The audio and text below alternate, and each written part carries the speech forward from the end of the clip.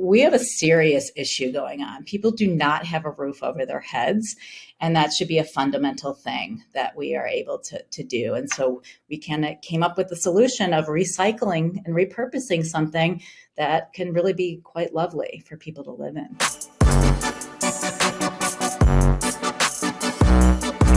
All right. Well, welcome, Rory, to Startup Grind. Technically Startup Grind Omaha, but we're on the internet, so we're Startup Grind everywhere. In these virtual talks, we're focusing on founders in the Midwest, so everywhere from Chicago, St. Louis, Ohio, Minneapolis. We had our last virtual talk was with someone from the Twin Cities, and obviously we still interview people from Omaha as well.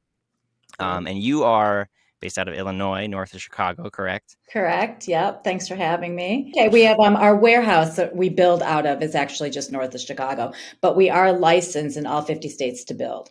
Awesome. Yeah. We'll get into a little bit of that. I think I have some questions about how that works and what you're seeing across different states and things. But first, let's just start with an introduction of who you are and what the company is that what SI Container Builds is.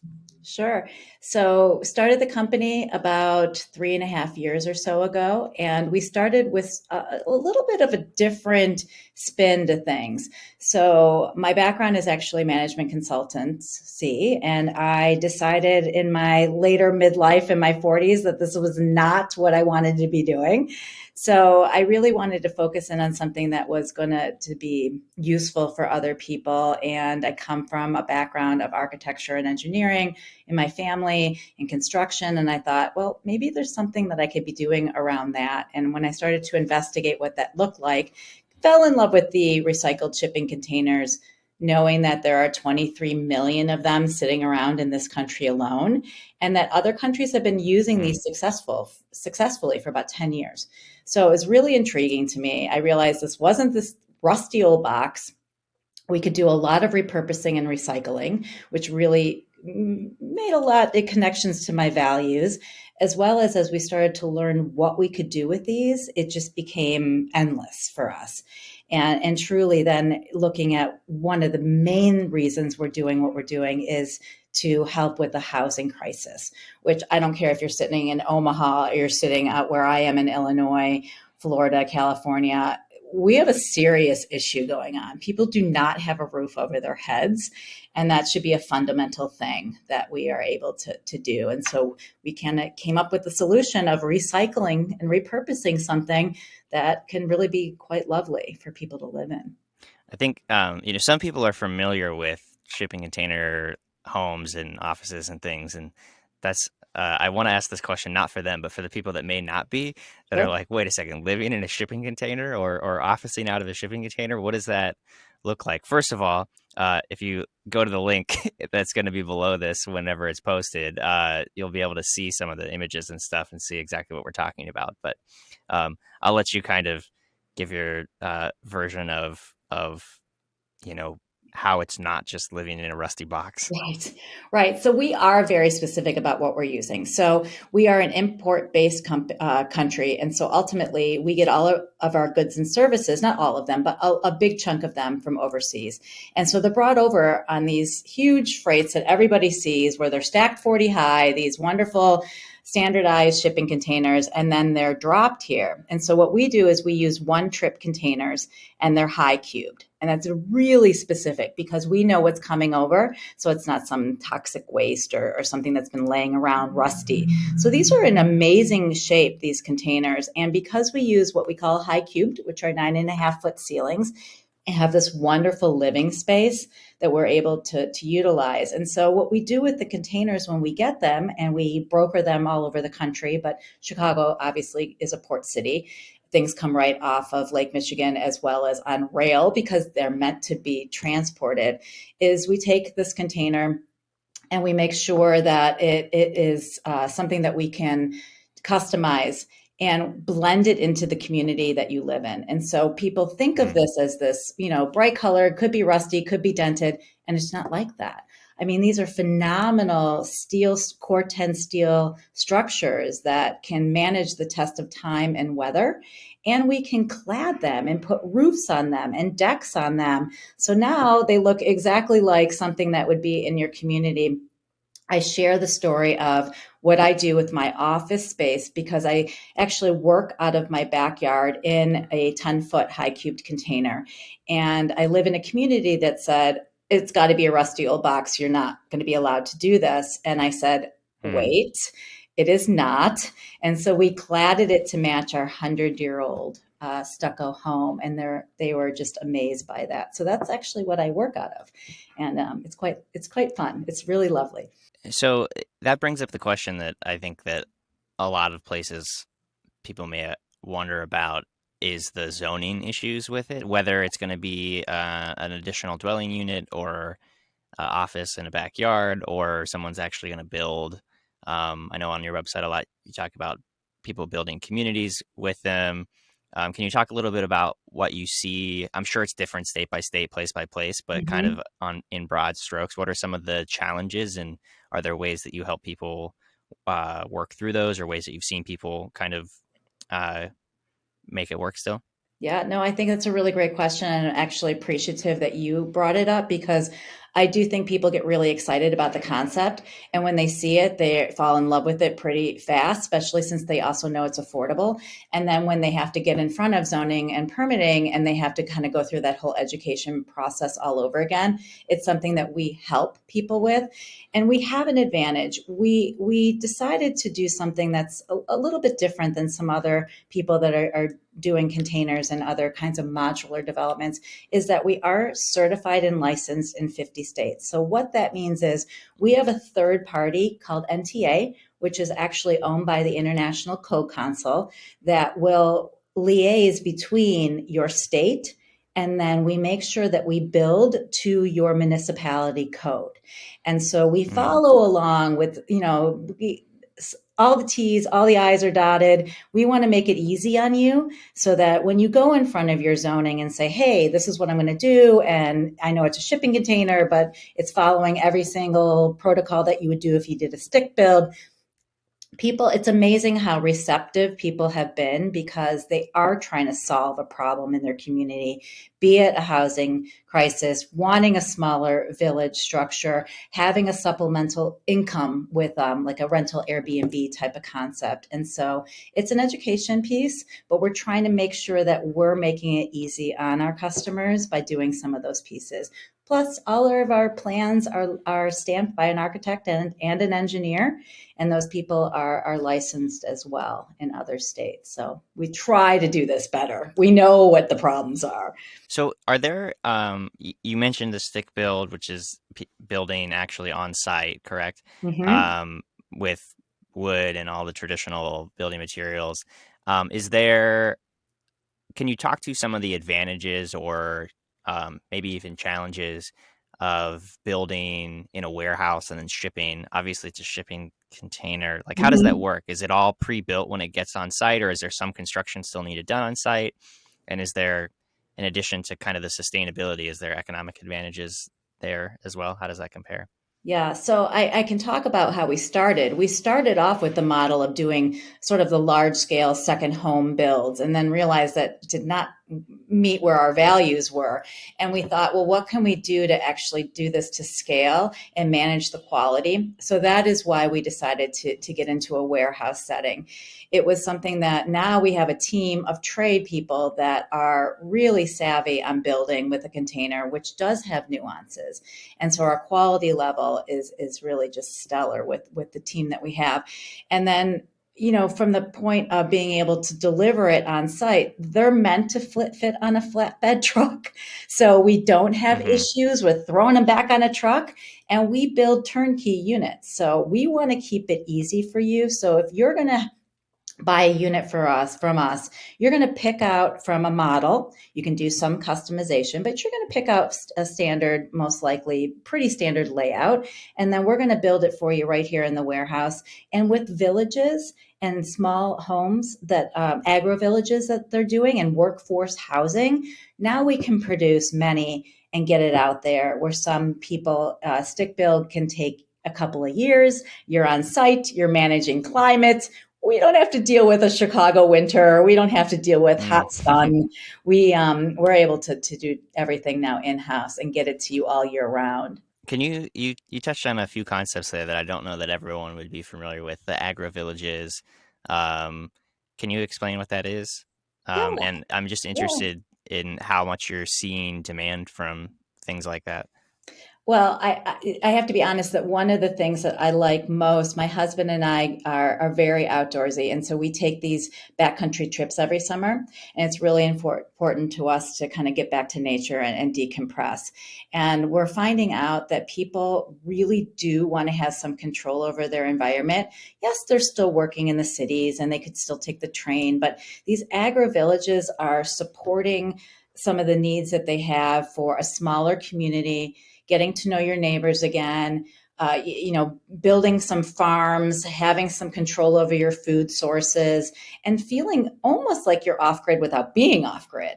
And so it Hmm. was shocking to us when we started to do the research around this, how many people want to do this. And some of them are using them for short term rental spaces, but many of them who can't afford a stick built house in a city or a structure that they really love, this is affordable. I mean, our units, from our smaller ones all the way up to our 3 bedroom ones, we've priced so that people can afford a first home, or retirees can get into a home that's easy for them to have and build kind of little mini communities. And so it's become extremely popular. So what's the scale of like how many containers are you doing?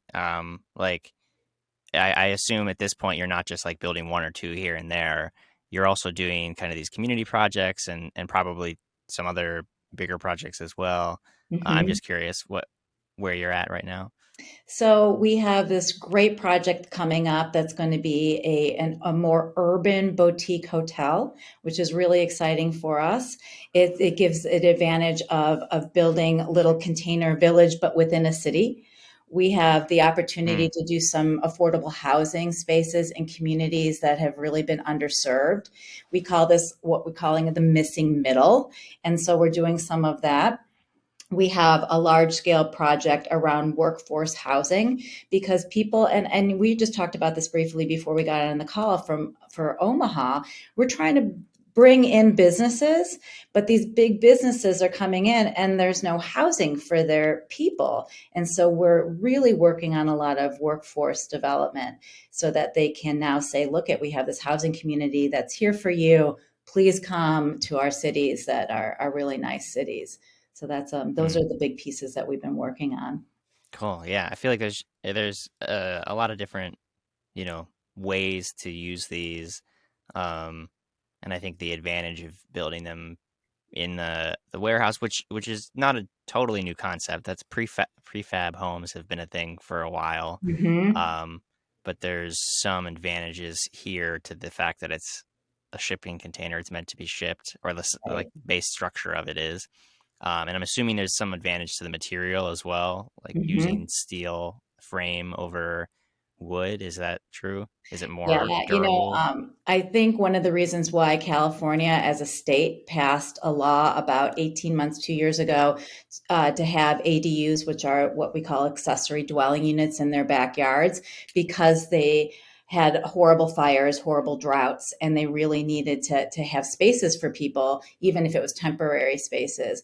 And so the advantage of using a Corten steel structure is that we really have that fire resistance. We have the tornado resistance. This thing isn't moving. Mm, What we do is right. we put it on helical piles, typically, because of we like the sustainability around that, and they're like giant screws. And we work and partner with a company that does this. They'll go out to site and assess what kind of piles that you need, and then we bolt and or weld them onto site. And I mean, my house, 100-year-old stucco home, it's not going to survive a massive tornado by any means, but my office in my backyard is probably going to be my safest bet. And that was really important to us. So here you would be to afford something and buy it, and then you have some weather hazard in Florida or Louisiana, even the cold weather up here in Wisconsin and in Chicago, building to code, we insulate these things. So if you're in a Florida sun, it's not going to be a hot steel box. And if you're in a cold dead of winter in northern Wisconsin, you're going to have the same feeling of being in your own home. And so I think there is a misconception of that, but our structures are going to last you with very little maintenance over 100 years.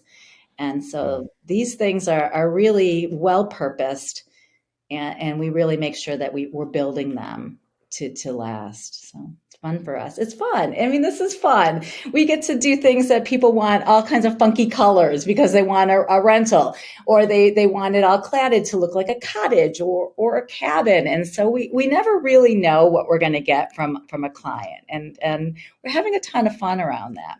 Are they mostly custom?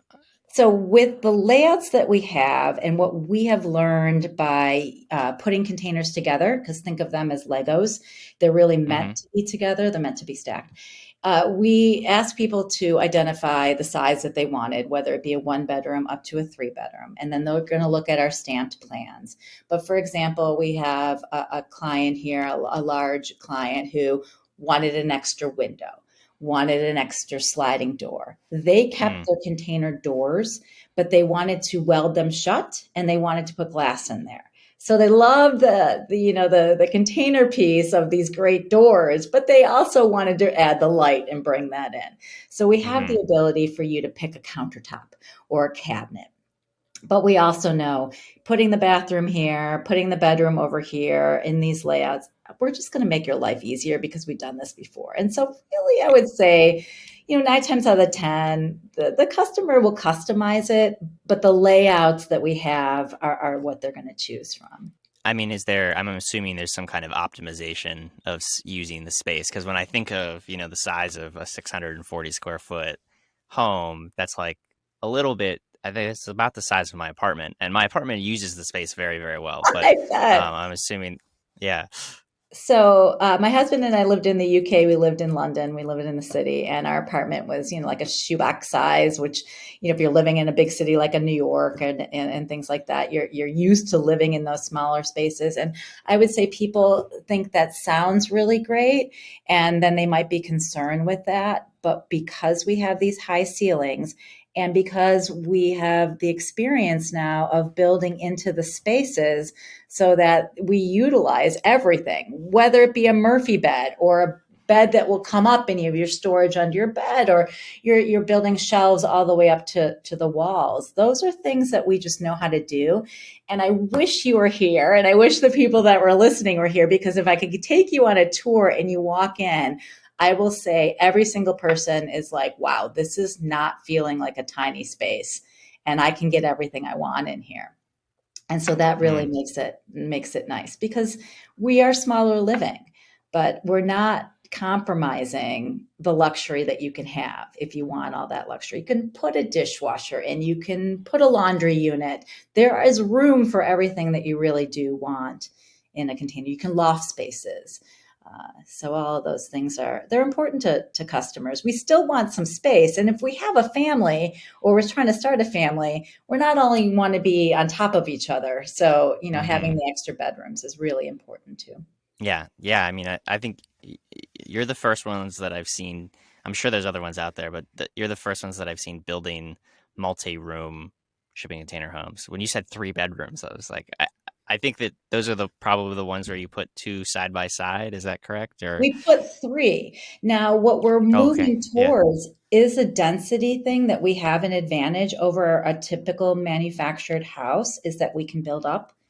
And so those are the things that we're going to be working on. So right now we do the side by sides, and we'll stagger them or put them in a T or an L, so we can do some cool things with outdoor space. But eventually what we were hoping to do is have So you have some apartments, or you'll have somebody that can build up and have maybe a guest suite on top, those kinds of things. And so we have the capacity to modify these Legos and Mm, make them really fit in, be it a city, because the city, I mean, Omaha is no different as a city, is that some of the lots are small and they could be narrow. And yet hmm. we have this capacity to manage those particular areas that is kind of to our advantage, actually. Yeah, yeah. I remember I was in DC a couple years ago, and there was an apartment complex of some sort that was completely built out of shipping containers. It's the first time I'd ever seen someone build something of that scale, Hmm. and it was really interesting. They still used like the exteriors like from the shipping containers, which Yeah. kind of was an interesting look, but also I'm sure some people were like, "Well, it looks like I'm living in a bunch of steel Right. boxes." Right. But I think it was more just like an affordable, dense housing density project for them. But Hmm. Well, uh, and that's a choice. You know, we recycle yeah. everything we possibly can. So we will utilize our cutouts and do all kinds of really fun things with them. And if the client wants to have, the concept of a barn door, if they want to have one of your steel cutouts into the door, you can do that. So you can put some kind of the design elements to that. That's not everybody's style. And so that's why we Yeah. give them the option to clad it. They might love the recycling piece and the sustainability piece, but they might not come so far away to have every steel corrugation and have that be the first thing. Although I'm sure, like, if somebody Googles large scale shipping container homes, you're going to be flabbergasted of what architects have been able to do with these great. They even make them out of pool. They make pools. I mean, it's really Hmm. just this awesome structure you can do so much with. And I'm so glad that they're not sitting around in graveyards anymore, and we're able to not just repurpose the steel structure, but we're able to use all the components. And we add things like solar. We will do those kinds of things so that you can truly live off grid if you want. You can do it Hmm. as similar to an RV hookup, so that you Hmm. have that connection with the electric, things like that. People put rooftop decks on them. They'll do green roofs so you can grow up there. And so we have this, I Hmm. mean, it's what you can think of is something we could most likely do.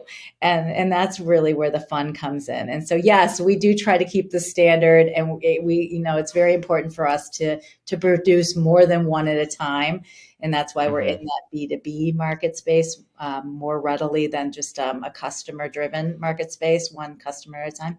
But we can do some really fun things for you. Yeah. So when you say you're in the B2B space, I know we kind of touched on it, but like, who are the customers that are working with you? Or is it developers mostly, or are there other kind of angles on that as well?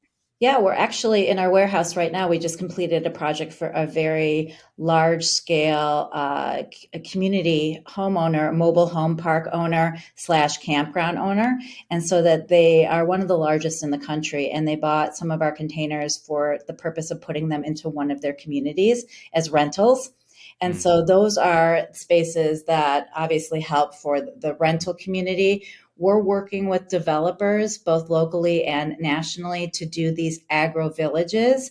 So some of them are independent, but some of them are actually companies that wanting to put this in. Workforce housing. I don't have to tell you some of the big companies that are building these huge manufactured distribution plants everywhere, because we all know who they are, and there are would be our B2B client base as well. And so we're really wanting to be able to get them what they need so that they can bring the people into their areas and support them from a housing standpoint.